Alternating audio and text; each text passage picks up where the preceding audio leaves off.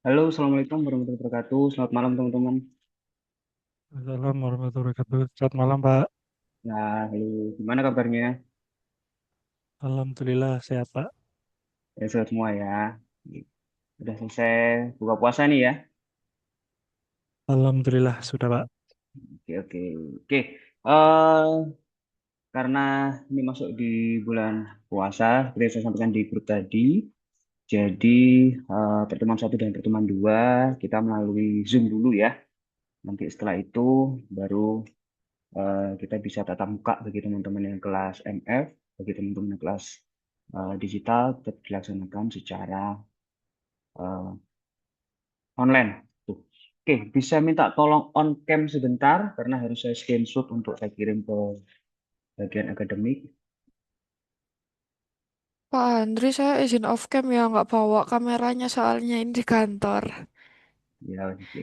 Ya, yang lainnya diusahakan bisa on cam untuk bisa saya screenshot sebentar. Pak Indri, izin untuk off-cam Pak, masih di dalam mobil Pak. Ya, oke. Yuk, diusahakan bisa on cam ya. Emang kalau di kantor on cam kenapa ya? Saya tuh kadang bingung ya di kantor on cam. Nggak bawa kameranya Pak, sama di belakang saya masih ada proyekan. Oh, nggak apa-apa sih sebenarnya ya. Oke, saya izin screenshot dulu ya. Oke, tersenyumlah kalian satu dua. Oke, sebentar.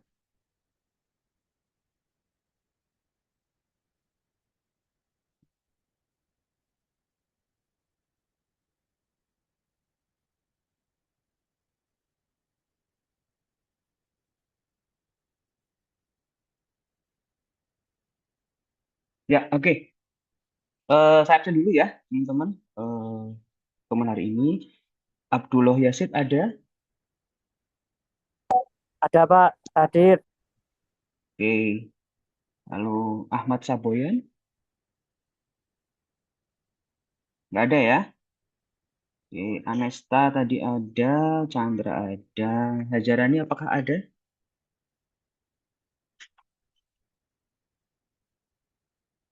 Mediani,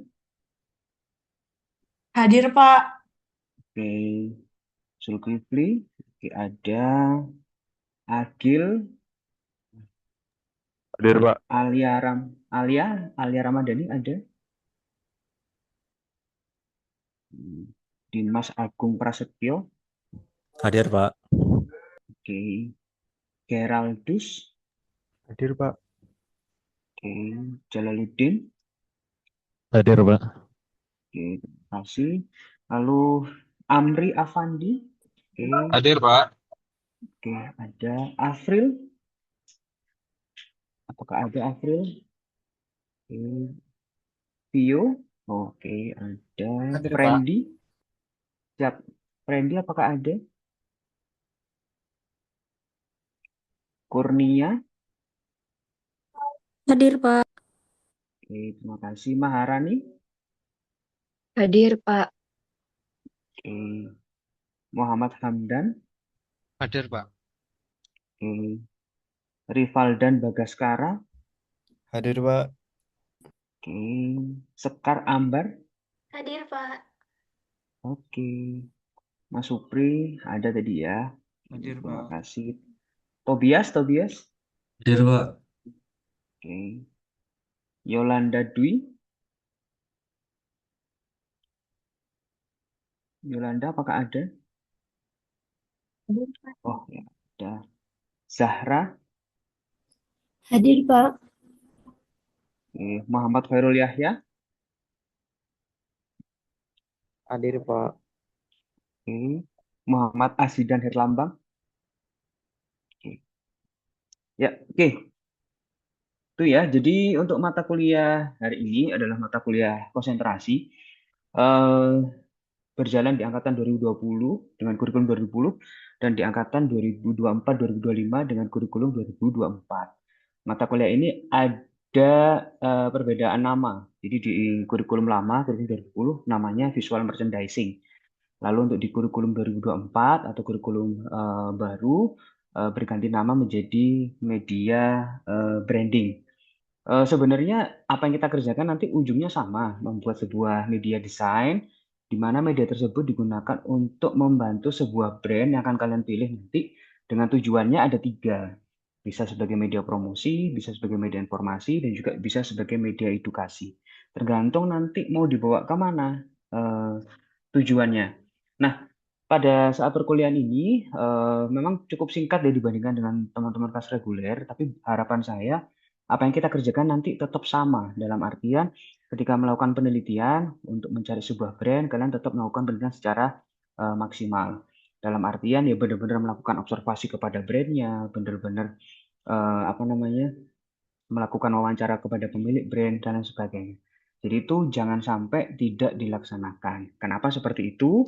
Karena untuk anak 22 dan juga anak 23 dan juga anak 24 mau nggak mau di semester depan, di akhir semester periode pertama itu kalian akan diminta untuk bikin judul tugas akhir dalam bentuk proposal. Nah, ketika mengerjakan tugas di mata kuliah ini, teman-teman, kan sudah melakukan penelitian tuh. Nah, penelitiannya kan dilakukan secara benar, secara sama, secara eh, nggak fiktif gitu ya. Nah, itu bisa diangkat menjadi proposal tugas akhir kalian. Itu gambaran mudahnya seperti itu. Apakah harus dari tugas mata kuliah ini? Sebenarnya tidak.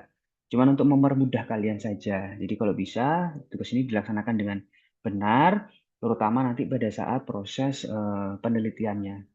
Tuh, karena kalau medianya nanti pasti bisa berkembang. Sering waktu berjalan, nanti media yang kalian rancang mungkin bisa berbeda, bisa nambah, bisa kurang juga dari mata kuliah ini. Itu. Hari kemarin udah ketemu Pak Yogi ya di mata kuliah Place Branding? Belum, Pak. Oh belum. Hari Rabu kemarin ada yang kuliahnya Pak Yogi nggak? Kemarin Pak Sian, Pak. Oh Pak Sean, mata kuliah apa kalau boleh tahu Pak Sean? Sian kemarin kreatif media. Oh kreatif Media. media. Oke. Media dan kreatif ya. Saya pernah Oke. Pak. Ya, Mas Yasid kuliah apa nih sama Pak Sean? Sama Pak Yogi.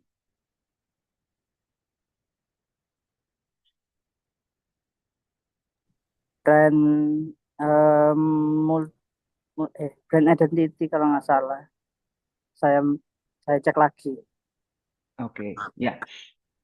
Oke, jadi gambaran umumnya mata kuliah ini tuh nanti kalian akan menganalisis permasalahan pada sebuah brand, lalu merancang sebuah media yang cocok untuk brand dengan berbagai macam bentuk media sesuai dengan kebutuhan produsen atau brand, dan yang paling penting disesuaikan dengan target audience dan juga segmentasinya. Itu yang paling penting ya. Jadi teman-teman nanti harus mencari brand. Kalau bisa yang sederhana aja yang ada di dekat kalian, entah itu bentuknya UMKM atau usaha rumahan atau usaha dari saudara atau usaha kalian sendiri itu nggak ada masalah. Yang penting ada jarak antara Anda sebagai pemilik usaha dan juga sebagai peneliti. Tuh, nanti bisa diangkat, diteruskan menjadi tugas akhir. Nah, kurang lebihnya dalam satu periode di kali ini, teman-teman akan saya ajak diskusi atau nanti akan materi akan saya bagikan dalam beberapa tahapan ya. Jadi nanti ada terkait dengan penjelasan media komunikasi visual, lalu juga ada penjelasan tentang teori AIDA, Attention, Interest, Desire, dan Action. Lalu juga nanti kita akan membahas terkait dengan teori semiotika, baik dari Roland Barthes maupun dari Charles Sanders Peirce. Lalu juga ada terkait dengan brand positioning, lalu penjelasan berbagai macam media desain, baik itu yang berupa visual maupun audiovisual, yang nantinya bisa kalian jadikan pijakan untuk merancang tugas akhir mata kuliah ini. Dan yang terakhir adalah bagaimana cara memproduksi media DKV. Saya rasa setiap dosen sudah mengajari yang terakhir ya, jadi tahapan dari proses produksi media DKV. Bagi teman-teman yang kemarin sudah ikut mata kuliah desain kemasan, itu sudah saya sampaikan menjelang akhir perkuliahan mengerjakan proyek UAS-nya. Jadi ada tahapan praproduksi, di mana teman-teman akan menganalisis menggunakan STP, lalu setelah itu teman-teman akan merancang thumbnail, rough layout, dan membuat produksinya atau merancang media desainnya. Itu gambaran perkuliahannya seperti itu ya. Jadi nanti akan ada banyak teori-teori yang bisa kalian dapatkan dan kalian pelajarin. Lalu teori tersebut diaplikasikan pada media desain. Itu gambaran umumnya. Eh, Otomatis kalau sudah masuk ke semester sekarang, berarti sudah menempuh mata kuliah bahasa visual, ya, visual identity. Itu udah ambil. Eh, Tahu dong bedanya brand identity dan visual identity? Apa itu bedanya kalau kalau saya boleh mendengar cerita dari teman-teman? Apa beda dari brand identity dan juga visual identity?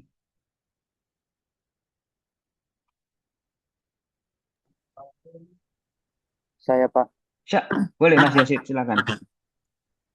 Kalau visual identity itu lebih mengarah pada visual dari sebuah dari brandnya mau ditunjukkan. Kalau brand identity itu kayak arahnya ke visi misinya. Oke. Kalau kita sebagai seorang desainer, berarti kita mengerjakan visi dan misi dari sebuah brand. Begitukah? Tidak Pak, tapi Pak memakai landasan visi misinya untuk menghasilkan visual yang diinginkan dari brand. Oke, yang lainnya mungkin selain Mas Yasid, ada yang mau menjawab?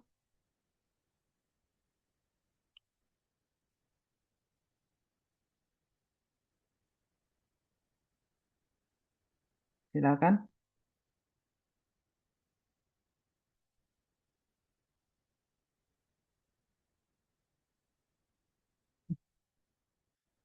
Bebas.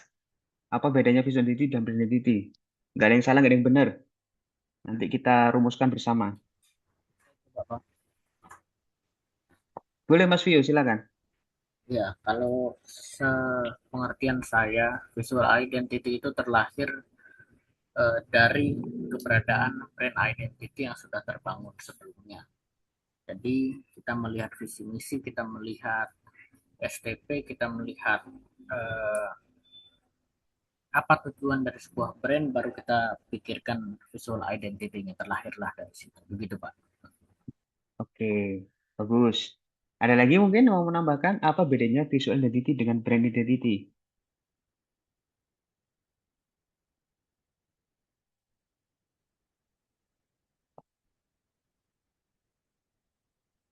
Yang perempuan?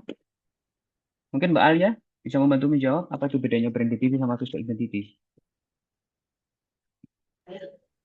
Kalau brand identity itu mencakup seperti nama dari brand tersebut. Kalau visual identity itu lebih ke muka dari brand tersebut kayak logo dan lain-lain itu loh Pak.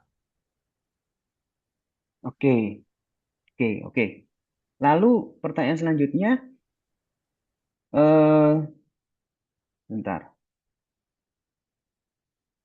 Apa bedanya branding dan juga marketing?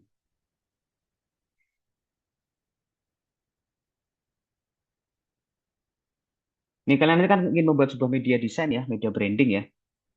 Eh, Pasti akan digunakan untuk membuat sebuah persepsi, memunculkan engagement brand tersebut dengan apa target audience. Lalu apa bedanya eh, branding dengan marketing?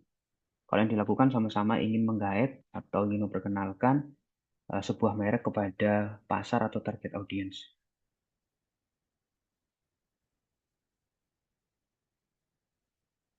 Ada yang mau? Ya, silakan Saboyan. Mungkin kalau dari saya branding itu proses untuk membuat identitas sebuah brand tersebut, sedangkan marketing itu cara untuk mempromosikan brand tersebut. Oke, marketing cara untuk mempromosikan. Oke, saya tampung dulu. Yang lainnya? Saya Pak. Boleh Mbak Medi, silakan. Kalau branding itu menurut saya itu kegiatan yang menjadi proses komunikasi untuk menyampaikan segala identitas dari usaha tersebut, dari produk tersebut. Lalu kalau marketing itu tujuannya menarik perhatian, lalu mendorong segera untuk menjual dan membeli. Adanya Hmm, pembelian di produk tersebut. Gitu, oke. Pak. Satu lagi, mungkin ada yang mau menyampaikan apa bedanya branding dan marketing? Karena sebenarnya ilmu branding itu berawal dari eh, marketing ya. Serpian marketing itu adalah branding. Itu terbukti dengan proses pisau bedah branding itu menggunakan SDP yang notabene adalah teori yang muncul dari teman-teman marketing. Nah, jangan sampai nanti ketika kalian membuat sebuah media desain, eh, tujuannya untuk marketing. Nah, tujuannya harus untuk branding. Nah, untuk mengetahui itu, saya tanyakan dulu nih, apa bedanya branding dan marketing? Dua jawaban yang disampaikan oleh Saboen sama Medi, kita tampung dulu, nanti kita simpulkan bersama. Mungkin ada satu lagi yang ingin menyampaikan, beda branding dan juga marketing. Saya, Pak.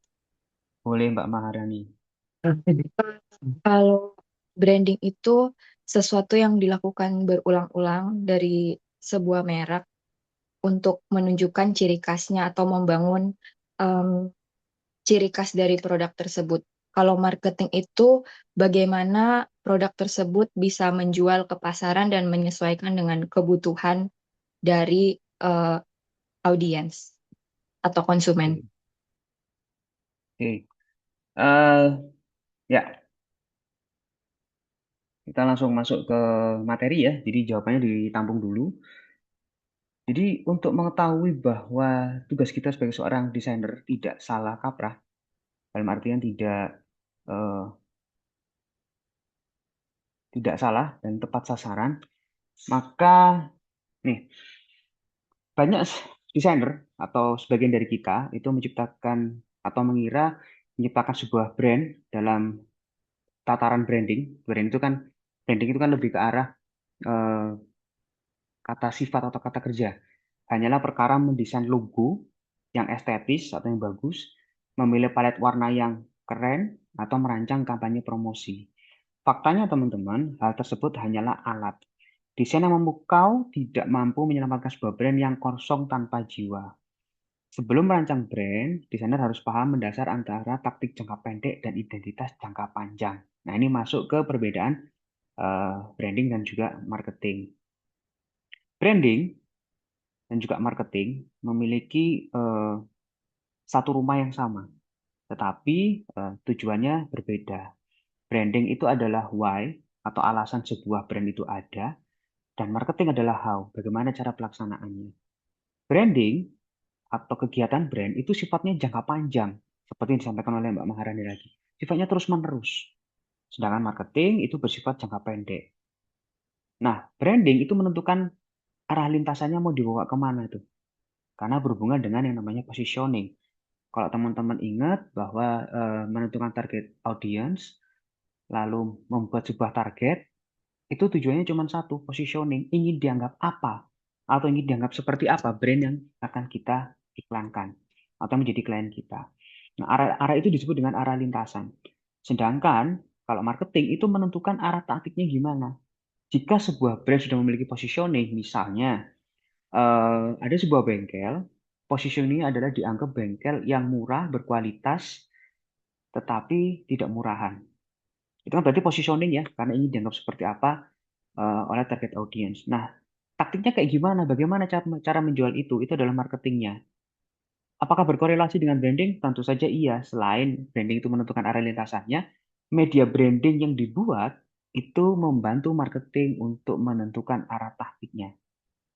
Lalu kalau branding itu membangun kesetiaan dan menciptakan nilai, sedangkan marketing menghasilkan respon dan mengekstraksi sebuah nilai. Gampangannya kayak gini. Branding jangka panjang, marketing jangka pendek atau mendorong transaksinya. Gitu ya. Kalau branding itu identitas dan persepsi, identitas tuh membutuhkan sesuatu yang berulang-ulang, yang konsisten, yang juga membutuhkan waktu yang cukup panjang untuk menciptakan sebuah persepsi. Nah, marketing itu promosinya tuh, cara menjualnya.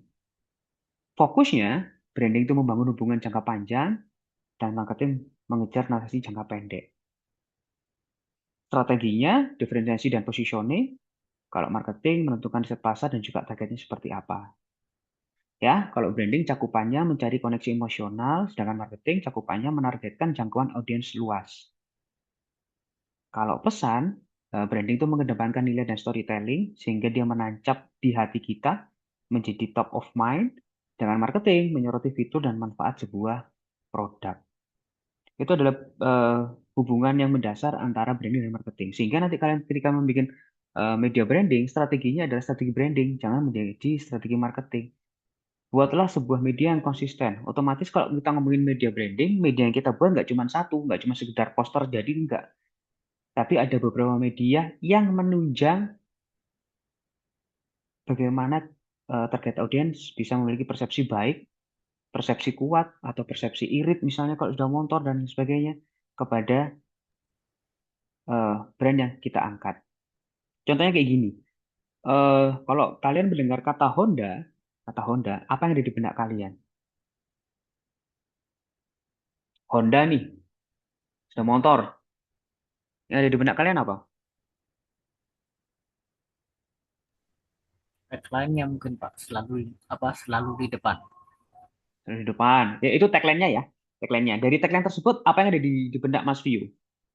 Yang sudah tertancap dari iklan Honda bertahun-tahun, mulai dari tahun 70 mungkin masuk Indonesia sampai sekarang. Kalau dari tagline selalu di depan itu saya nangkapnya timeless ya, bertahan panjang sekali. Ya, oke. Bertahan panjang sekali. Oke. Bisa, jadi seperti itu. Apakah di benak kalian Honda itu irit? Iya, Pak. Irit ya. Kok bisa berpikiran irit? Ya karena ada persepsi yang dibangun dalam bentuk iklan terus-menerus jangka panjang tuh. Kalau bapaknya sudah pernah pakai Honda, kemungkinan besar anaknya dibelikan Honda juga. Kalau kalian pakai produk Apple dari awal, mungkin ketika harus ganti handphone, mau nggak mau akan Apple juga. Karena ada apa? Karena ada persepsi dan apa ya, eh, koneksi emosional di situ yang dibangun dengan branding. Tapi kalau orang marketing jualan nggak akan ngomongin terkait dengan emosionalnya. Yang penting bagaimana dia laku karena menargetkan jangkauan audiens yang cukup luas. Bandingkan teman-teman branding ketika berpikir sebuah brand dengan teman-teman marketing. Kalau marketing ya bagaimana dia bisa melakukan atau menjual produknya itu dengan baik. Tapi kalau teman-teman branding nggak akan mikir seperti itu. Teman-teman branding akan berpikir bagaimana iklan yang kalian buat bisa nancap di pikiran target audience. Jadi nanti ketika bikin media branding teman-teman, ya jangan sampai lupa itu. Bangun identitas yang cukup kuat, buat persepsi yang bagus, karena tadi udah disampaikan bahwa branding itu menentukan STP, segment target positioning, sehingga positioning harus kalian pikirkan. Kalau positioningnya itu, kita ngambil contoh Honda tadi, tagline-nya adalah semakin di depan, berarti kan ingin menunjukkan bahwa produk Honda di mata target audience adalah produk yang timeless. Ya, apa caranya sok timeless? Ya, kalian pikirkan terkait dengan visualnya, tagline-nya, dan sebagainya. Itu diimplementasikan pada media, dan nggak cuma satu aja. Karena nggak mungkin sebuah brand itu bisa bertahan dengan hanya satu media saja. Pasti iklannya akan terus diulang, dibuat dengan media-media terbarukan. Kalau dulu masih zaman media sosial tidak se-hype sekarang, media cetak menjadi salah satu strategi yang sering digunakan untuk beriklan. Karena sekarang medianya sudah berganti ke media sosial, maka iklan-iklan cetak sudah mulai berubah. Kalau kalian amati gaya bahasa, pemilihan warna dari sebuah iklan dari tahun ke tahun pasti akan berbeda. Ya, itu menyesuaikan perkembangan dari zamannya. Jadi itu yang harus Teman-teman ingat ya perbedaan antara branding dan marketing. Oke, nah ini ke pertanyaan yang pertama tadi, bedanya visual identity dan identity. Sebelum masuk ke materi, saya ingin nanya lagi nih. Saya ingin nanya lagi. Apakah logo itu media ya? Apakah logo itu media? Atau bukan? Atau nggak tahu?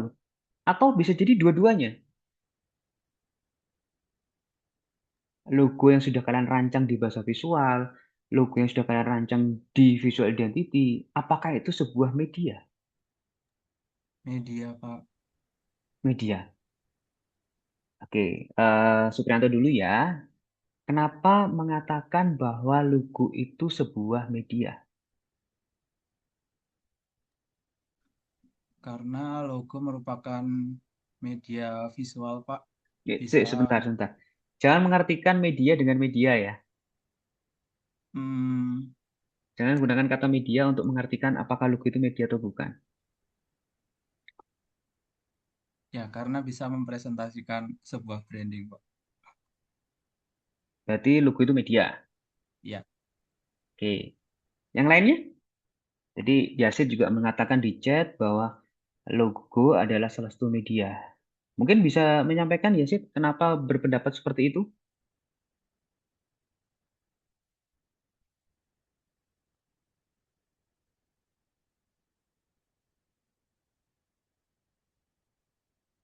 Atau teman-teman yang lain? Mungkin yang tidak sepakat bahwa logo bukan media? Sepakat, Pak. Sepakat. Sepakat. Mbak Yolanda mau menyampaikan? Sudah open mic? Logo bukan media. Bukan media. Iya, kalau menurut saya. Oke. Kenapa kok logo bukan media? Kalau nggak salah yang diajar dulu, logo itu identitas brand. Oke. Logo adalah identitas brand sehingga dia bukan media. Oke. Menarik. Rivaldan mau menyampaikan? Logo media atau bukan?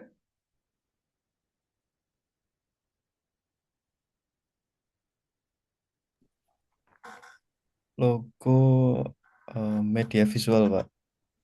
Kalau Oke, berarti buka, logo itu tapi media bukan ya. media komunikasi. Iya.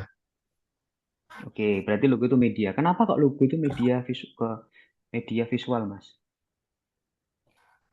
Karena dia mewakili atau sebagai wajah sebuah perusahaan atau brand gitu, Pak. Makanya dia medianya kayak visual. Hmm. Oke, berarti udah 3-1 ya. 3-1 yang ngomong logo media ada Rivaldan, ada Supriyanto, dan juga ada Yasid yang ngomong logo bukan media cuma satu. Mungkin ada lagi? Apakah logo itu media? Ini penting kita luruskan nih. Mas Amri mungkin mau berpendapat? Kalau menurut saya logo itu bukan media, Pak. Logo itu Kenapa? identitas, sedangkan media itu adalah sarananya untuk menyampaikan pesan atau mungkin branding dari logo tersebut. Oke, oke, terima kasih. Berarti 2-3 skornya. Ada lagi yang mau menyampaikan? Apakah logo itu media?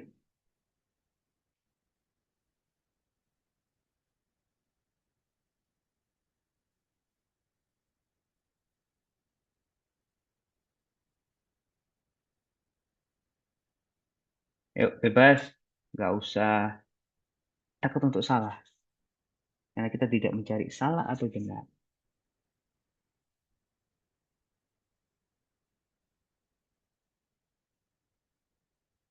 Cukup berarti skor 3-2 ya. Ya, sebenarnya teman-teman perlu diketahui bahwa logo itu bukanlah sebuah media. Ya, media adalah wadah atau medium untuk menyajikan. Sedangkan logo itu representasi visualnya. Sehingga ketika kita ngomongin logo media, maka kurang tepat. Kalau teman-teman ingat ketika ada mata kuliah bahasa visual dan visual identity, diminta untuk merancang sebuah logo, entah itu logo type, logogram, atau logo kombinasi, atau logo apapun itu, kan di awal GSM, di grafik standar manualnya, teman-teman diminta untuk membuat filosofinya seperti apa. Lalu setelah itu diminta untuk menentukan tipografinya kayak gimana. Lalu diminta untuk menentukan warnanya apa saja. Lalu visualnya kayak gimana. Lalu ada logo gridnya kayak gimana. Ya, correct use-nya seperti apa. Incorrect use-nya kayak gimana. Besar maksimum dan ukuran minimum dari logonya seperti apa. Baru di halaman terakhir ada implementasi logo. Nah, implementasi logo itulah media muncul di mana logo tersebut diletakkan. Nah, itu baru disebut medianya. Maka kesimpulannya logo bukanlah media. Logo adalah identitas visualnya. Ya, medianya apa? Medianya adalah di mana logo itu ditempatkan.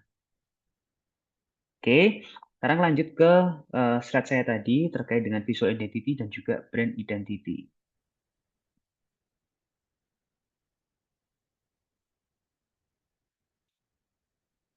Visual identity dan juga brand identity. Nah, itu sama seperti ilusi gunung es sebenarnya ya. Kalau kita ngomongin visual sama brand identity. Visual identity adalah kanvas estetikanya. Brand identity adalah esensi dari intinya. Nah, sebagai mahasiswa DKV, wilayah kerja kita utamanya ada di permukaan air, yaitu hal-hal yang dapat dilihat dan juga disentuh. Karena ini adalah konsentrasi media, konsentrasi branding, maka hal yang ditanamkan adalah visual identity-nya. Tapi kalau untuk teman-teman kelas reguler, itu tidak hanya visual identity saja, karena ada konsentrasi media rekam. Maka ditambah dengan audio visual. Ya, bikin video, bikin jingle, dan sebagainya. Nah, teman-teman perlu ingat, kalau kalian ingin membuat visual identity, harus juga tahu fondasinya yang seperti apa. Makanya tadi di awal sudah di-spill tuh, kalau brand identity adalah visi dan misinya dan sebagainya. Kita memang tidak membuat visi dan misi. Karena visi dan misi itu yang merancang adalah pemilik brandnya. Tapi dari visi dan misi tersebut, kita bisa menentukan segmentasi target dan positioning. Kemana nih arah dari sebuah brand? Ingin dilihat seperti apa brand itu di mata target audiens atau konsumen. Atau mungkin pasar. Market ingin melihat seperti apa brand kita. Nah, dari situ kita terjemahkan dalam bentuk visual identity. Ya, itu adalah ranah kita, kanvas estetika kita. Tetapi jangan cuma berakar pada estetikanya saja ya. Karena kalau hanya berfokus pada estetikanya, mohon maaf nih teman-teman yang di level 6 atau di level SMA, SMK itu bisa. Nah, kita yang di level 7, sarjana strata 1, ya, itu berpikirnya sudah konseptualnya seperti apa. Sehingga tadi sudah saya sampaikan, teman-teman harus paham tuh proses praproduksinya. Bagaimana membuat konsep, bagaimana membuat thumbnail sama rough layout, karena itu yang menjadi mahal. Itu yang menjadi pembeda kita dengan teman-teman di level 6. Kalau di level 6 hanya sekedar hard skill-nya saja. Tapi kalau kita sudah di soft skill-nya, bagaimana kita merancang konseptualnya. Sehingga di awal tadi saya ngomong bahwa merancang desain itu nggak hanya sekedar estetik, terus pemilihan palet warna, tipografi, dan itu saja. Tapi alasan dibalik pemilihan itu yang paling penting. Itu yang disebut dengan visual identity. Ini, jadi visual identity teman-teman adalah wujud fisik yang ditangkap oleh mata. Elemen merek yang berwujud nyata, bisa dilihat secara visual. Kalau visi dan misi kan nggak bisa tuh dilihat secara visual, dia hanya bisa dirasakan. Makanya dia termasuk brand identity. Jadi elemen merek yang berwujud nyata seperti logo, warna, tipografi itu bagian dari visual identity. Nah, visual identity fokusnya pada daya tarik kesan pertama dan konsistensi visual. Kenapa? Karena kita di ranah branding, bukan di ranah marketing. Maka konsistensi visual itu sangat-sangat penting. Dari dulu, pertama KFC dibuat di tahun 70-an, di Amerika, ya seperti itu. Tipografinya tidak akan pernah berubah. Logogramnya juga Kolonel Sander, tidak pernah dirubah. Dasinya pun juga nggak pernah berubah tuh. Dari dulu dasinya dasi kupu-kupu dan juga ada ekornya, nggak mungkin diganti dasi yang lain. Warnanya menggunakan dua warna yang cukup dominan, yaitu merah dan putih. Sampai sekarang pun juga sama, nggak pernah dirubah tuh. Di konsistensi visual. Jadi selain itu juga, visual identity berfokus pada desainnya untuk pengenalan merek seketika. Memanfaatkan psikologi dalam branding secara langsung membentuk persepsi awal. Dan yang terakhir, visual identity merupakan penampilan luar dari sebuah brand. Ya, karena rata-rata visual identity itu digunakan sebagai media promosi atau informasi. Dia yang membantu target audience memutuskan untuk memilih brand tersebut atau produk dari brand tersebut. Dia menjadi pion utama sebuah brand itu bisa berperang di pasar tanpa adanya manusia, tanpa adanya marketing. Mungkin marketing di awalnya akan membantu memperkenalkan seperti SPG, SPB, dan sebagainya. Tapi setelah masa tugas dari SPG dan SPB selesai, maka visual identity mengambil peranan yang cukup penting. Ya, sama seperti desain kemasan di semester lalu, bagi teman-teman yang ikut desain kemasan, dia menjadi soft selling utama dari sebuah brand. Itu adalah visual identity, ya. Contohnya KFC ini, kayak gini. Oke, lalu kalau brand identity itu apa? Brand identity adalah esensi sejati yang dirasakan oleh audiens. Jadi setelah persepsinya nancep, ya, jadi cara kerjanya berbeda dengan si pembuat brand. Kalau si pembuat brand, dia akan menentukan brand identity di awal. Nah, setelah dilakukan proses yang cukup panjang memperkenalkan sebuah brand dengan iklan-iklan atau dengan media branding yang ada di pasaran, brand identity akan menancap di target audience. Kalau teman-teman ingat yang disampaikan oleh Pak Yogi di mata kuliah sebelumnya terkait dengan tahapan dari segitiga brand, dimulai dari yang pertama yang paling bawah sendiri adalah unaware, di mana kita tidak mengenali brand, lalu naik dari unaware ke apa? Setelah unaware apa? Aware ya, aware, brand awareness, lalu yang naik lagi recall, lalu naik lagi yang terakhir adalah top of mind. Jangan sampai lupa itu ya, tahapan dari branding itu, mulai dari unaware tidak dikenalin, lalu naik menjadi aware orang sadar, lalu naik lagi menjadi recall, dan yang terakhir menjadi top of mind. Nah, di proses top of mind itu brand identity mulai masuk dan meresap di target audience. Sehingga orang tidak ragu lagi tuh untuk menjadi marketing dadakan dari sebuah brand. Contoh nih ya, Mas Hamdan kalau boleh tahu nih, kalau boleh tahu ya, kalau boleh tahu, mohon maaf, handphonenya pakai handphone apa nih? Atau laptopnya deh, laptopnya pakai laptop apa? Untuk laptop saya pakai HP, Pak. HP. Ya, Pernah ganti atau udah dari dulu pakai HP? ganti-ganti, Pak. Oh, aduh, ganti-ganti kayak contoh berarti ya. Teman-teman yang ajek dengan satu merek apa? Ada nggak?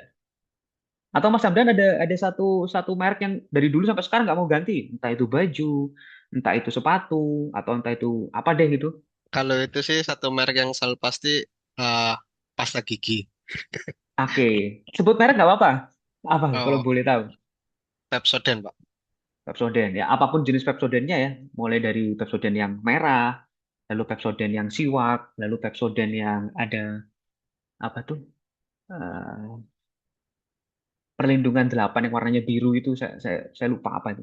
Oke, ketika Mas Hamdan bersama temannya di kantor, ya, habis buka puasa, ya, habis buka puasa mau pulang ngobrol-ngobrol dulu dan sebagainya, tiba-tiba temannya merasa ada keluhan di giginya tuh, sakit ini, ngilu nih gigiku, waduh, gigiku sakit. Secara tidak sadar, Mas Hamdan bertanya, kenapa? Oh, mungkin lubang dan sebagainya. Udah coba pasta gigi yang lain nggak selain yang ini? Seperti itu. Ditanya tuh, dikulik tuh, pakai apa? Aku biasanya nggak Citaden atau pakai Close Up dan sebagainya. Coba deh pakai Pepsodent dan sebagainya. Padahal tidak disuruh. Mas Hamdan bukan marketingnya Pepsodent. Mas Hamdan bukan SPB-nya Pepsodent. Tapi Pepsodent sudah menjadi top of mind di pikiran Mas Hamdan, dipakai setiap saat, melihat iklannya, merasakan value dari Pepsodent, macam-macam didapat secara tidak langsung menjadi top of mind di pikiran Mas Hamdan, sehingga ketika ada orang punya sakit gigi, gangguan gigi, atau apapun itu yang berhubungan dengan gigi, secara otomatis Mas Hamdan mempromosikan Pepsodent. Itu yang disebut dengan brand identity. Loyalitas yang muncul dari proses yang cukup panjang. Nah, proses cukup panjangnya ini merupakan visual identity-nya tuh. Iklan-iklan yang terus muncul, yang dilihat, dan sebagainya sampai akhirnya menancap. Itu adalah proses seperti itu. Tidak semua orang berkesempatan menggunakan produk Apple. Ya, tidak semua orang berkesempatan menggunakan produk Apple. Entah itu ponselnya, entah itu smartwatch-nya, entah itu PC-nya, atau bahkan tablet maupun laptopnya. Tetapi saya yakin ketika teman-teman yang mungkin pakai Windows dikasih Mac, nggak akan nolak. Teman-teman yang bisa pakai Android dikasih iPhone 17 Pro nggak akan nolak.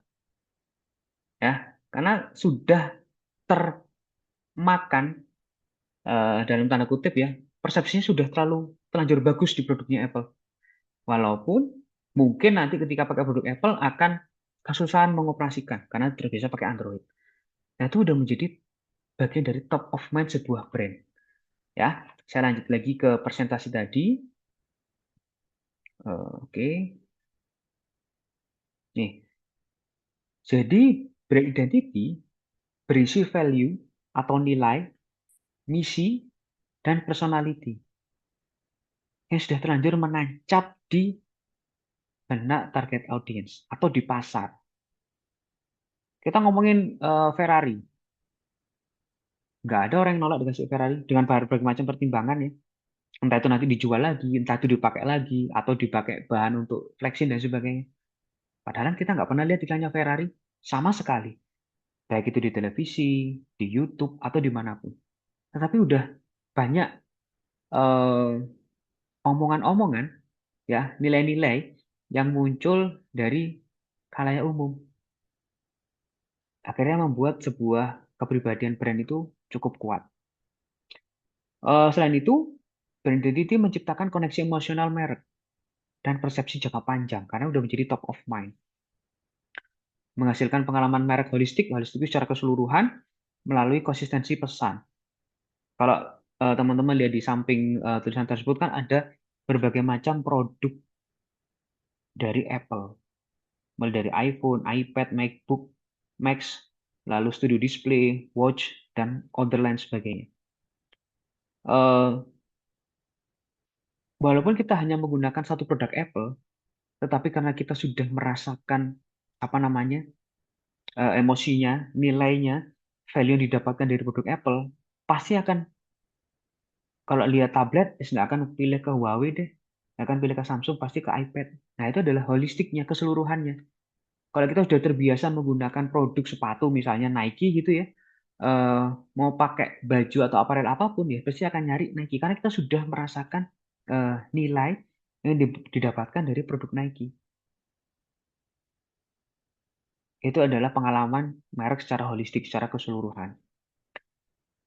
Selain itu juga menentukan suara unik merek, ya seperti yang saya sampaikan tadi, ketika Mas Hamdan mempromosikan Pepsodent, itu kan ada suara unik mereknya. Ya Pepsodent aja, enak kok rasanya, nggak akan seperti ini, nggak akan seperti itu. Itu pengalaman yang didapatkan Mas Hamdan berusaha dibagikan kepada orang lain. Termasuk juga membangun narasi inti sehingga berujung pada loyalitas. Jadi menyampaikan saya tidak akan pernah, yang dari dulu sampai sekarang saya pakai adalah pasta gigi. Nah itu bentuk loyalitasnya. Dan juga brand identity menunjukkan sebuah jiwa brand. Nah itu perbedaan dari visual identity dan juga brand identity. Yang akan kita rancang adalah visual identity-nya.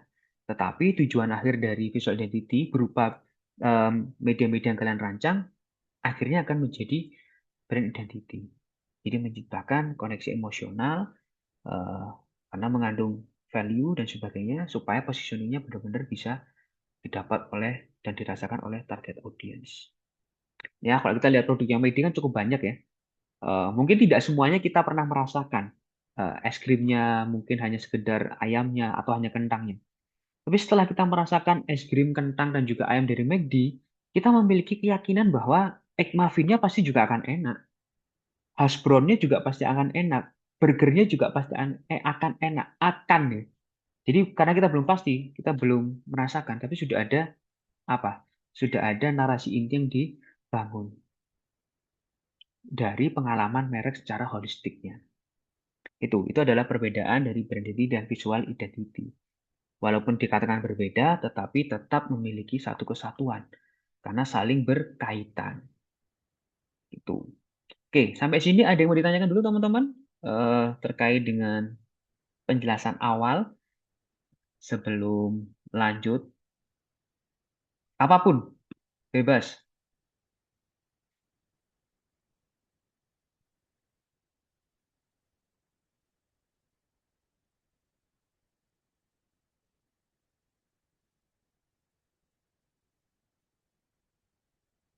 Lebih baik bertanya di awal daripada nanti di tengah-tengah bingung. Silakan. Udah buka puasa semua ya? Udah ya. Hari ini tadi itu saya mau pulang dari kampus ketemu Pak Faldi ya. Tahu Pak Faldi ya teman-teman ya? Pak Faldi hari ini juga ngajar kelas malam sama saya. Lalu ketika saya pulang saya dicegat, loh nggak kelas malam kah? Loh, ya kelas malam. Ya kok pulang? Ya kelas malamnya kan 2 pertemuan dibuat online semua. Tuh. Coba kalau tadi nggak nanya, mungkin Pak Faldi sekarang di kampus ya. Sendirian. Silakan teman-teman, kalau ada yang mau ditanyakan atau disampaikan atau sharing mungkin terkait dengan pengalaman pribadi, terutama bagi teman-teman yang sudah bekerja, karena terkadang apa yang disampaikan di kampus itu bisa jadi eh, berbeda ketika sudah masuk ke dunia kerja. Silakan.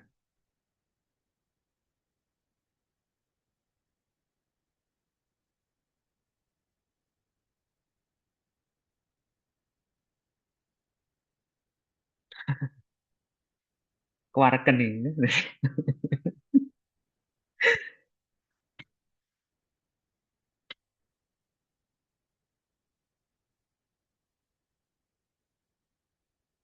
Ya, oke. Kalau gitu saya izin aja sedikit lagi ya, teman-teman, terkait dengan materinya. Tadi tentang brand identity dan sebagainya. Sekarang kita masuk ke section ketiga. Setelah section pertama tadi kita sedikit membahas terkait dengan perbedaan branding dan juga marketing. Lalu tadi di section kedua kita membahas terkait dengan eh, brand identity dan juga visual identity. Sekarang masuk ke section ketiga yaitu branding goals. Ini juga sudah disampaikan oleh dosen-dosen branding yang lainnya. Ini sedikit saya ulang saja. Jadi langkah strategis dalam sebuah rancangan brand itu tidak instan. Ya, sekali lagi tidak instan. Tadi sudah kita bahas dan teman-teman juga menyampaikan ada proses yang cukup panjang dan berulang. Panjang, berulang dan juga konsisten. Itu yang paling penting, ya. Karena itu semua akan dan harus dialami oleh target audience supaya dia menjadi top of mind. Jadi fase pertama itu ada yang namanya brand awareness. Ini yang diajarkan oleh Pak Yogi berulang-ulang dan juga nanti Pak Sean pasti akan menyampaikan ini tentang brand awareness. Lalu juga ada brand touch point dan yang terakhir ada brand loyalty. Kita bahas satu persatu ya. Oke, fase pertama adalah menanamkan kehadiran brand di benak audiens. Jadi tadi kalau di awal itu ada yang namanya unaware, tidak mengenali brand, tiba-tiba harus menjadi brand awareness, harus kenal. Jadi fokus utamanya adalah untuk mengetahui dan mengenali sebuah brand, knowing dan juga recognizing a brand. Komponennya adalah recognizing, pengenalan, menggunakan elemen yang paling mudah, elemen ya, bukan media ya, elemen yang paling mudah adalah logo, nama, tagline yang disampaikan oleh Mas Vio tadi, Honda, warna, dan juga font. Kalau logo jelas ya, logo adalah representasi utama dari sebuah brand. Kalau nama juga sama tuh, karena ada logo yang menggunakan tipografi atau logo type seperti Lenovo, Adidas itu bisa berdiri sendiri antara logo type dan juga logo cara visualnya. Sorry, logo tab dan juga logo. Apalagi selain logo tab? Selain logo tab ada logo apa lagi? Ya, logo mark. Logo mark sama logo gram, ya. Oke, kalau Adidas tuh campurannya, ada logo marknya, ada logo gramnya, dan juga ada logo tab-nya saja. Lalu juga ada tagline. Eh, Tagline yang paling terkenal, seleraku, punyanya siapa? Indomie. Gak usah dinyanyikan ya. Dalam hati gak usah dinyanyikan tuh, ngomongnya Indomie. Nah, itu tagline tuh. Udah tahu. Lalu ada warna. Kalau kita melihat warna merah, biasanya identik dengan sesuatu yang pedas. Juga dengan font. Kalau kita melihat font kesannya thriller, mesti filmnya film horor. Itu adalah recognition, pengenalan awal. Lalu setelah recognition ada yang namanya recall. Jadi orang itu akan ingat, oh, aku dulu pernah makan ini enak. Nah, itu recall tuh. Kita ulangi lagi ah. Jadi tidak langsung muncul, tapi masih ada jeda momen kita mengingat. Itu disebut dengan recall. Kenapa? Karena ada kampanye yang cukup berkesan di situ. Dan pesannya cukup konsisten. Lalu yang terakhir ada reach atau jangkauan. Nah, ini saya tambahkan karena media sosial itu sekarang menjadi salah satu tempat di mana media iklan itu cukup beragam dan cukup ramai. Hampir tidak ada brand yang tidak menggunakan media sosial untuk beriklan. Sehingga saya perlu menambahkan recall di situ sebelum masuk ke top of mind. Hasil akhirnya adalah peningkatan visibilitas. Orang sadar itu dan menjadi top of mind serta tumbuhnya ketertarikan pelanggan atau customer interest. Jadi diawali dari yang pertama dulu, harus recognition. Ketika teman-teman nanti penelitian untuk mengerjakan tugas mata kuliah ini atau diangkat menjadi tugas akhir nanti, kan akan mengangkat sebuah brand yang belum terkenal atau unaware. Nah, untuk bikin medianya, buat dulu yang terkenal dulu, recognition, orang tahu. Jadi di dalamnya ada keterangannya seperti apa dan sebagainya. Pilihan warnanya yang sesuai, logonya yang jelas. Pak, kalau logonya sudah ada tapi orangnya tidak mau diredesign logonya seperti apa? Ya gunakan elemen-elemen yang lain. Warnanya diperkuat, fontnya dipertegas, dan harus konsisten. Supaya apa? Supaya memunculkan recall. Dan iklannya, medianya tidak hanya sekedar media cetak saja. Gunakan juga media sosial. Karena sekali lagi itu menjadi platform yang cukup eh, cukup digunakan saat ini untuk membuat sebuah iklan. Hampir semua brand-brand itu merambah media sosial, entah itu Instagram, entah itu YouTube, atau itu TikTok mungkin, Facebook kalau masih ada, ya itu juga bisa dipakai untuk jangkauannya supaya lebih luas. Hasil akhirnya adalah orang tuh sadar, kalau udah sadar akan recall, kalau udah recall dia akan menjadi top of mind. Itu adalah brand recognition, itu yang pertama. Lalu fase kedua adalah fase brand touch point. Berfokus pada interaksi nyata antara brand dan juga pelanggan. Nah, disinilah desain akan hidup tuh. Mulai dari website, konten media sosial, dan sebagainya, email marketing, dan sebagainya. Saya nggak tahu, teman-teman merasakan nggak sebuah media atau sebuah brand menggunakan email untuk memarketingkan medianya. Kalau saya merasakan ya, saya merasakan. Jadi saya cukup sering berinteraksi dengan Atmos. Atmos itu salah satu tempat untuk jualan sepatu, barang-barang retail kayak fashion dan sebagainya. Eh, saya tidak pernah menaruh kontak saya ke Atmos atau Atmos tidak punya kontak saya, tapi memiliki email. Jadi semuanya itu dikirim by email dalam bentuk newspaper, newsteller dan sebagainya. Jadi katalog-katalognya itu dilempar dalam bentuk email semua oleh Atmos. Zara ya, bukan Zara teman kita ya, bukan Zara Kalsum ya, tapi Zara brand itu juga ngirimnya lewat newsteller atau lewat email. Body shop itu lewat email dan sebagainya.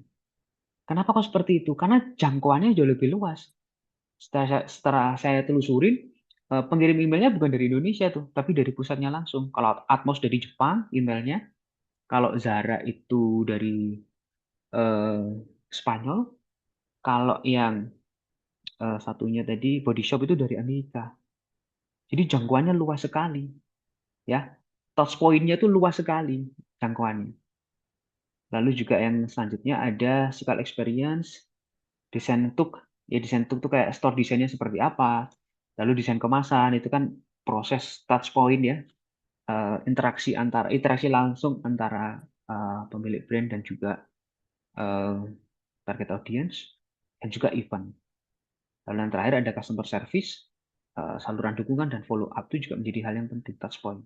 Hasil akhirnya pengalaman brand yang konsisten, keterlibatan pelanggan, jadi customer engagement. Jadi kalau pelanggan itu diberi kesempatan atau diberi keleluasaan untuk memberikan saran, memberikan masukan, atau interaksi langsung dengan brandnya itu menjadi sesuatu yang menarik dan membangun kepercayaan serta kredibilitas. Itu adalah brand touch point. Dan yang terakhir dari proses branding adalah brand loyalty, loyal, ya. Jadi fokusnya pada pembelian berulang tanpa ya ada iklan, nggak perlu nungguin iklan ada dan sebagainya. Orang pasti akan mencari nih apa nih yang baru dari. Kalau saya kembali lagi karena saya suka sepatu, jadi nggak perlu nunggu iklannya Nike muncul. Saya akan terus ngecek websitenya Atmos supaya tahu apa update terbaru dari Atmos. Ya, karena apakah ada service, ada istilahnya itu going extra mile dari Atmos untuk memberikan email dan sebagainya kepada saya. Sehingga mau nggak mau saya merasa terlayani secara puas, sehingga ya itu saya merasa loyal dengan brand ini. Kalau misalnya ada apapun orang mau cari sepatu, saya pasti ngomong ke Atmos aja. Walaupun saya tidak menjadi marketing Atmos, sama seperti Mas Hamdan tadi. Kalau ada apa-apa wis Pepsodent ae wis, mbah wonge seneng mbah enggak. Pokoknya Pepsodent ae. Bahkan kalau bisa sak sikat gigi sak obat kumure lek sok Pepsodent kabeh. Ya, nggak usah yang lainnya. Bahkan kalau Pepsodent ngeluarin sabun, kalau iso sabunnya sak Pepsodent bisa. Sak sembarang kali orang pasti akan berpikir seperti itu. Karena sudah loyal tuh. Dan mau nggak mau akan mempromosikan. Ya, elemen pembentuk dari keloyalan tersebut adalah kepuasan dari target audience. Lalu kualitas produk dan keunggulan layanannya itu didapatkan. Jadi selain puas, kualitas produknya juga bagus, keunggulan layanannya juga didapatkan dan dirasakan oleh target audience sehingga dia loyal tuh. Cara mau nggak mau, secara sadar tidak sadar, dia akan menjadi agen dari brand tersebut. Lalu koneksi, kekuatan brand story, dan keterlibatan komunitas. Kalau koneksi udah jelas ya, kalau komunitas tidak banyak sih, nggak ada komunitasnya Pepsodent Mas Hamdan ya. Saya rasa masih belum ada ya. Tapi brand story-nya Mas Hamdan bisa bercerita tuh. Bisa bercerita mungkin dari istrinya Mas Hamdan, dari anaknya, dari keponakannya, setelah terpersuasif dengan apa yang disampaikan oleh Mas Hamdan, mungkin akan bercerita ke temannya dan sebagainya. Itu disebut dengan brand story, bercerita, bertutur kata, terus-menerus. Lalu mungkin juga penghargaan, brand loyalitas, dan sebagainya. Tapi sekali lagi, tidak semua brand atau tidak semua merek itu sadar akan terkait brand loyalty. Ya, atau di Indonesia mungkin ada beberapa brand yang menghargai kesetiaan dari target audiensnya, sehingga ada penghargaan, ada gathering, ada penawaran eksklusif dan sebagainya. Kalau penawaran eksklusif itu biasanya didapatkan oleh customer bank, ya, udah nabung ratusan juta sampai miliaran, lalu ada yang namanya apa sih kalau di bank itu prioritas. Ya, prioritas ya, kayak BCA prioritas, BNI prioritas, dan sebagainya. Sehingga ada penawaran-penawaran eksklusif. Untuk apa? Untuk memberikan kepuasan lebih terhadap orang yang sudah loyal. Hasil akhirnya apa? Hasil akhirnya tentu saja pelanggan melakukan pembelian berulang secara sukarela tanpa paksaan, merekomendasikan brand, dan juga terciptanya customer value yang abadi. Wis, aku hidup mati pakai Pepsodent selamanya. Sama seperti saya hidup mati akan pakai Nike apapun yang terjadi. Itu adalah bentuk dari loyalitas. Kesimpulannya, tugas sejati teman-teman atau tugas sejati seorang desainer komunikasi visual. Jadi mulai hari ini, sorry ya banyak typo ya, karena otomatis jadi ada yang tadi kurang D, ada yang sekarang jadi pikir ya. Mulai hari ini, lepaskan pola pikir bahwa tugas desainer hanya membuat sesuatu yang terlihat cantik. Tapi tugas desainer adalah menerjemahkan mengapa ke dalam apa. Ya, menerjemahkan brand identity, menerjemahkan visi dan misi, menerjemahkan value, menerjemahkan keunggulan, menerjemahkan kelebihan produk menjadi visual identity atau ke dalam apa. Nah, apanya itu adalah media desain yang akan kita rancang di semester ini atau media branding yang akan kita rancang semester ini untuk menjadi touch point-nya. Setiap media desain, poster kah, merchandise kah, kemasan, dan lain sebagainya yang dirancang adalah jembatan strategis, jembatan yang membawa audiens dari sekedar awareness melewati pengalaman touch point yang konsisten menuju brand loyalty seumur hidup. Sehingga media desainnya atau media brandingnya tidak hanya cuma satu, ya, tidak hanya sekedar satu saja. Mungkin bisa berbagai macam media desain yang kita rancang atau kalian rancang tepatnya di semester ini. Waktunya mepet, Pak. Iya, mepet sekali. Ya, makanya mulai dari sekarang di pertemuan awal ini, saya minta teman-teman udah mulai mencari UMKM atau brand atau apapun yang ada di sekitar teman-teman. Tidak harus sesuatu yang gede. Saya mau mengambil Cadbury, wah susah, susah. Saya mau ngambil Marjan, wah susah. Saya mau mengambil McDonald, tambah susah lagi, ya karena mereka sudah memiliki loyalty di pasar. Cari brand-brand yang kecil. Pak, nanti kalau gagal gimana? Nggak apa-apa, namanya belajar. Kalau kalian berhasil, nggak kuliah. Kalau kalian berhasil, udah nggak di tahap seperti ini. Kalau kalian berhasil, kalian sudah eh, nggak belajar seperti ini. Ya karena proses belajar itu, kita tahu salahnya di mana. Lebih baik salah dalam proses pembelajaran daripada nggak tahu salahnya di mana. Nggak apa-apa. Sekali lagi, teman-teman silahkan mencari brand yang ada di sekitar. Saya mau mengambil perusahaan saya, mau nggak silahkan. Tempat kalian bekerja mau diangkat nggak apa-apa. Yang penting ya harus bisa diobservasi, harus bisa diamatin, lalu harus bisa melakukan wawancara terhadap pemilik brand tersebut, dan juga punya bandingan yang setara. Jadi ada merek atau ada usaha yang sejenis dan setara. Contohnya, Pak, di tempat saya itu ada usaha laundry dengan segmentasi menengah ke bawah. Karena yang disasar adalah mahasiswa. Oke, silakan diangkat. Ada nggak pembandingnya? Ada, Pak. Nggak jauh dari situ juga ada cuci atau laundry sepatu yang sama. Nah, kenapa kok Anda memilih yang pertama, kok tidak yang kedua? Sehingga harus menentukan USP-nya, unique selling proportion-nya, atau kelebihannya apa. Kelebihan bukan segala sesuatu yang positif, negatif pun bisa menjadi kelebihan. Contohnya gimana? Kalau yang kedua, Pak, dia sudah memiliki brand ambassador yang kuat. Dia memiliki kemasan yang bagus. Bahkan kalau nyuci 10, dapat merchandise apa. Nah, yang ini belum ada sama sekali, Pak. Nah, itu bisa diangkat tuh. Ya, jadi itu mulai dicari dari sekarang. Mungkin nanti pertemuan ketiga, keempat baru masuk ke proses pengerjaan medianya. Pertemuan 2, 3 akan saya jelaskan teori-teorinya dulu. Akan sangat banyak teori yang kalian pelajari, ya. Jadi yang pelajari banyak banget. Nanti juga ada semiotika karena mempengaruhi psikologi dari target audience, baik secara simbol indeks maupun simbol indeks dan icon, atau secara denotasi dan konotasi. Nanti tergantung dari teman-teman mau pakai yang mana. Boleh pakai yang Chandler Peirce, boleh pakai yang Roland Barthes bebas. Lalu juga persepsi yang ingin dibangun seperti apa. Lalu nanti kalau media cetak harus belajar AIDA, attention, interest, desire, sama actionnya kayak gimana. Dan nanti akan kita bahas. Lebih tepatnya akan saya ceritakan kepada teman-teman, nanti dijadikan landasan untuk merancang media desain. Ingat ya, ingat yang tadi saya sampaikan di akhir PPT. Sebentar. Saya perbagi dulu tadi pola pikir tadi. Pikir. Ya. Saya share screen sekali lagi supaya teman-teman paham dan bisa. Ya, jadi tahapannya ada 3 ya. Ada brand awareness, ada brand touch point, ada brand loyalty. Brand awareness itu recognition sebuah brand. Lalu brand loyalty itu ketertarikan atau interaksi nyata antara brand dan juga customer.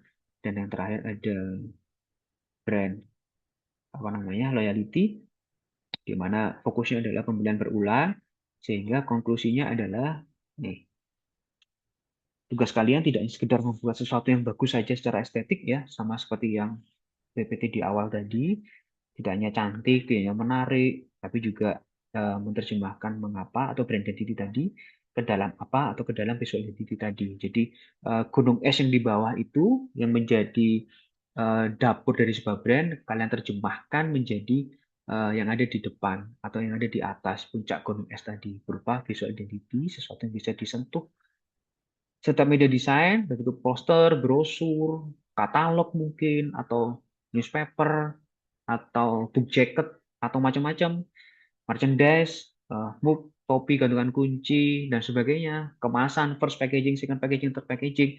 Yang dirancang adalah jembatan strategis, jembatan yang membawa audiens dari sekedar aware, tapi melewati pengalaman touch point yang konsisten, sehingga kalau kita ngomongin konsisten, medianya nggak cuma satu, menuju brand reality seumur hidup. Itu adalah tugas kalian dan kurang lebih ini yang akan teman-teman rancang dalam satu periode mata kuliah visual merchandising dan juga mata kuliah media branding. Oke, selesai. Ada pertanyaan? Saya screenshot lagi ya, teman-teman ya. Screenshot lagi. Jadi tadi kita mulai jam 7, sekarang screenshot. Sebentar. Ya, saya tutup dulu chatnya. Saya screenshot lagi sekarang jam 8. Oke. Ntar saya copy di paint dulu. Saya save as.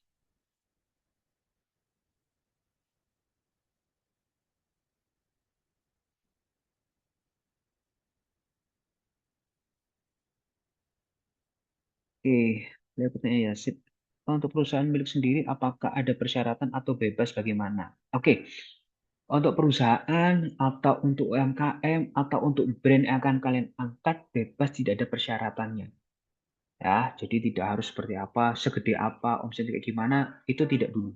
Yang jelas, yang pertama, sekali lagi saya ingatkan, bisa dilakukan penelitian. Dalam artian kita, teman-teman bisa melakukan observasi, wawancara, lalu yang kedua itu memiliki pembanding, ya, supaya bisa diketahui, nggak jalan sendiri.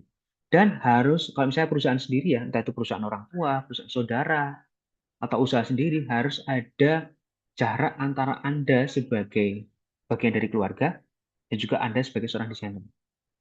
Ya, wah itu kan usaha bapak saya nggak perlu wawancara, nggak bisa, harus tetap wawancara.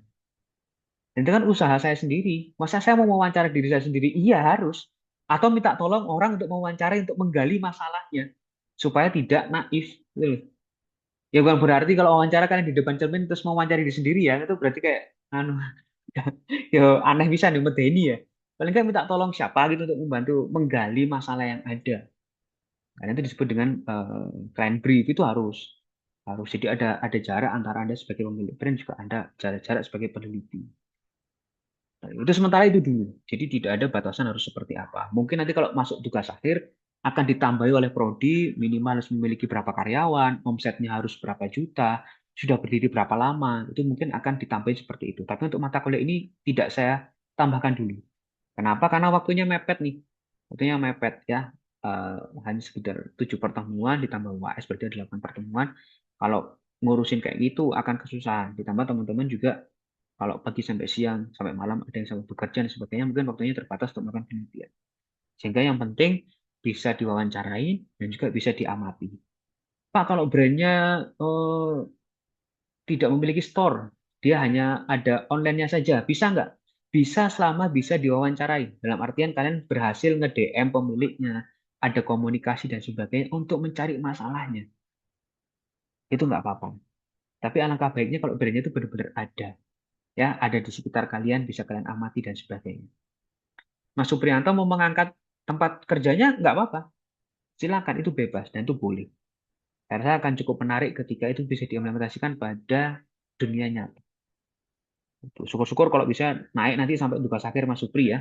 Jadi nanti tugas akhirnya tidak hanya sekedar membuat media cetak atau statis secara visual aja, bisa membuat media audiovisualnya. Entah lari ke video iklan, entah lari ke jingle, entah lari ke video company profile atau lain sebagainya. Nanti bisa didiskusikan dengan pembimbingnya di semester 7. Begitu. Ya. Ada pertanyaan lain, teman-teman?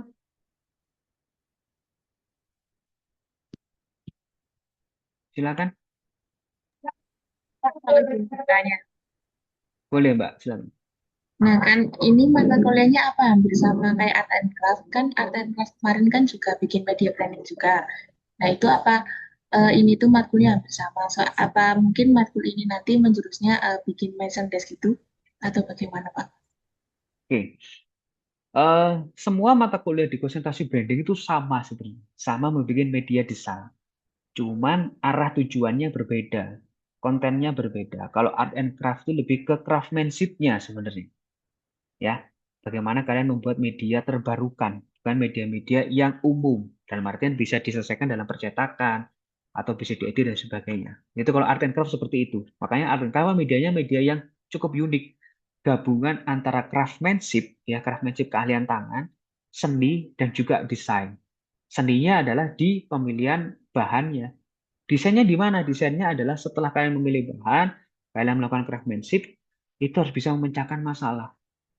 Jadi tidak hanya sekedar barang pajang saja atau barang seni saja. Itu kalau di art and craft seperti itu. Tapi kalau di visual merchandising dan media branding, media-medianya adalah media-media cetak biasanya. Ya, ini media-media cetak. Tuh. Kalau desain kemasan ya otomatis bikin kemasan.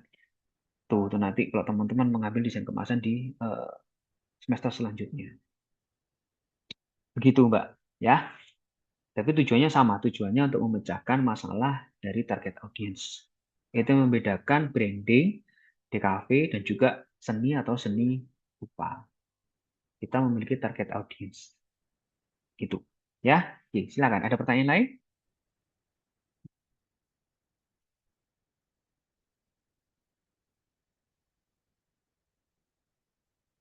Sudah masuk grup semua ini ya?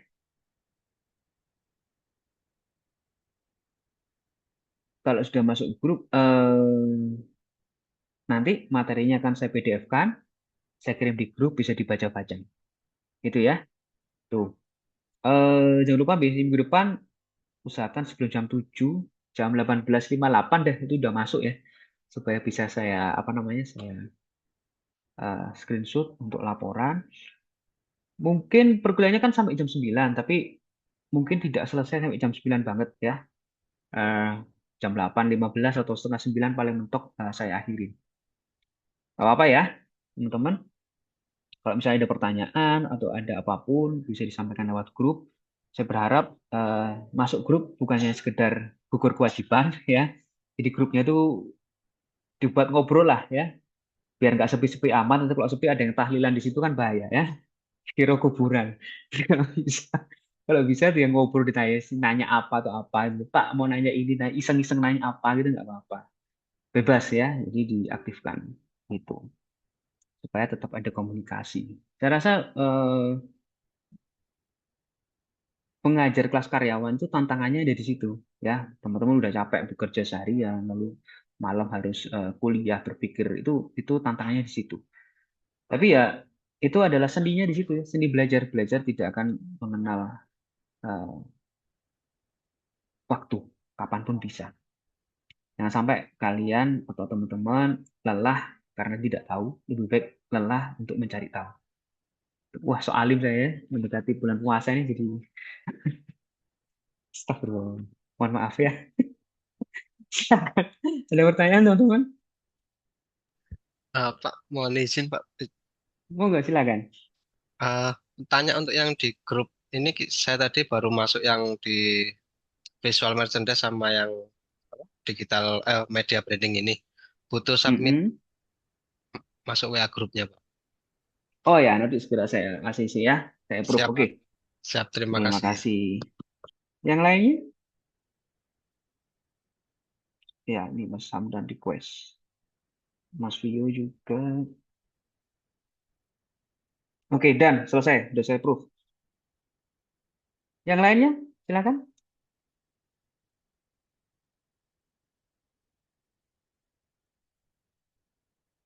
Ya, masih ada satu lagi pertemuan ya sebelum kita libur Lebaran minggu depan. Jadi minggu depan saya akan bercerita terkait tentang brand apa sih itu brand, lalu media-media branding itu apa aja. Nanti saya akan menunjukkan media branding banyak banget ya, mulai dari media branding di ilustrasi, di fotografi dan sebagainya. Nanti dari media branding tersebut teman-teman bisa memilih salah 3 atau salah 5 untuk dijadikan tugas mata kuliah ini. Banyak kok, tenang aja. Media branding itu banyak, ada sekitar hampir 50 lah. Kalian memilih 5 itu hanya sepersepuluhnya aja. Itu. Ya nanti bisa didiskusikan lah, kayak Mas Supri sama Mas Abu ini udah kaget tuh, wah kaget banget ya.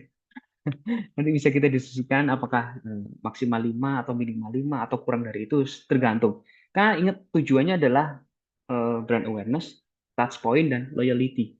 Jadi di awal sudah kita bahas tuh semuanya harus berhubungan dengan konsistensi, harus berhubungan dengan sesuatu yang jangka panjang karena ini proses branding bukan proses marketing yang hanya sekedar pendek saja. Maka media yang dirancang nggak cuma satu. Kalau satu ya kan nggak akan melewati jembatan loyal tadi, ya nggak akan menyampai ke jangankan loyal, hanya di touch point aja nggak sampai. Karena hanya sekedar aware aja. Kalau aware aja ya berarti tujuan dari akhir mata kuliah ini nggak akan nyampe ke teman-teman. Karena kalau tugas akhir itu media yang dirancang pasti banyak. Nggak cuma 1, 2, 3 aja, bisa 4, bisa 5, bisa 7, macam-macam lah.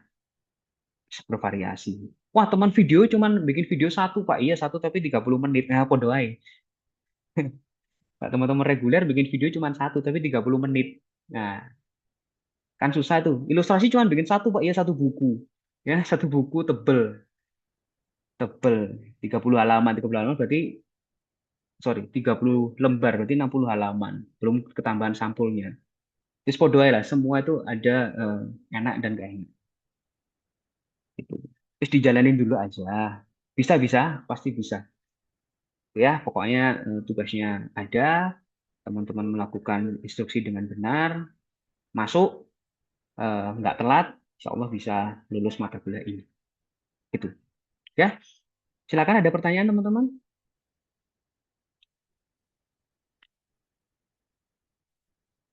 Sudah oke? Oke ya. Kalau sudah oke, saya izin untuk mengakhiri perkuliahan pertama di mata kuliah Media Branding untuk angkatan 24 dan 25 dan Visual Merchandising untuk angkatan 23 dan 22. Semoga kita bisa jumpa lagi di minggu depan dalam keadaan sehat. Ya, udah mulai pancaroba ini kalau di tempat saya di Batu. Ini teman-teman yang dari Batu semalam dihajar sama angin yang cukup kencang. Mendung, tiba-tiba panas, tiba-tiba mendung lagi, panas lagi, terus gerimis. Wah, pokoknya nggak enak banget lah. Ya, saya rasa di tempatnya teman-teman juga mengalami anomali cuaca yang sama, jaga kesehatan. Semoga lancar ibadahnya. Ingat, buka puasa itu azan maghrib ya, bukan azan duhur. Walaupun sama-sama azannya, tapi kalau masih duhur, masih jam 12, jangan minum ya. Tuh, tetap nanti di waktu maghrib. Sehat selalu teman-teman, izin saya akhiri. Semoga berkenan apa yang saya sampaikan hari ini. Ketemu lagi, selamat malam. Assalamualaikum warahmatullahi wabarakatuh. Malam, Mbak. Waalaikumsalam warahmatullahi wabarakatuh. Terima Waalaikumsalam. kasih. Terima kasih, Pak. Oke, silakan boleh live.